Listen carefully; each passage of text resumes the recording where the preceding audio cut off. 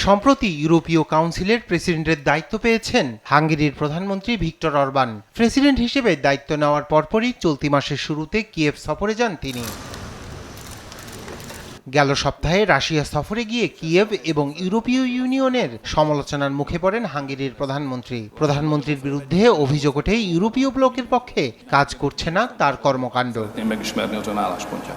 তবে এসব সমালোচনার তোয়াক্কা না করেই এবার চীন সফরে গেলেন ভিক্টর অরবান। স্থানীয় সময় সোমবার বেইজিংয়ে পৌঁছানোর পর চীনের প্রেসিডেন্ট শি জিনপিং এর সঙ্গে বৈঠক করেছেন তিনি। এই সফরকে শান্তিরক্ষা মিশন বলে অভিহিত করেছেন তিনি। তবে তার এই চীন সফরকে ভালো চোখে দেখছে না ওয়াশিংটন। হাঙ্গেরির সফর নিয়ে উদ্বেগ প্রকাশ করেছে হোয়াইট হাউস। আমরা এটি নিয়ে উদ্বিগ্ন। অরবানের এই সফর জেলেনস্কির কঠোর পরিশ্রমে চালিয়ে যাওয়া ন্যায়সঙ্গত শান্তি প্রচেষ্টাকে ব্যাহত করবে। এই সফরের দিকে তীক্ষ্ণ নজর রাখছে হোয়াইট হাউস। বিশ্বমঞ্চে ইউক্রেন যুদ্ধ নিয়ে বেইজিং নিরপেক্ষ অবস্থান নিলেও রাশিয়াকে অর্থনৈতিকভাবে চাঙ্গা রেখেছে চীন। ন্যাটো শীর্ষ সম্মেলনের প্রাক্কালে হাঙ্গেরির চীন সফরকে নিয়ে পশ্চিমা বিশ্বের বিশেষ নজর থাকবে বলে মনে করছেন বিশ্লেষকরা।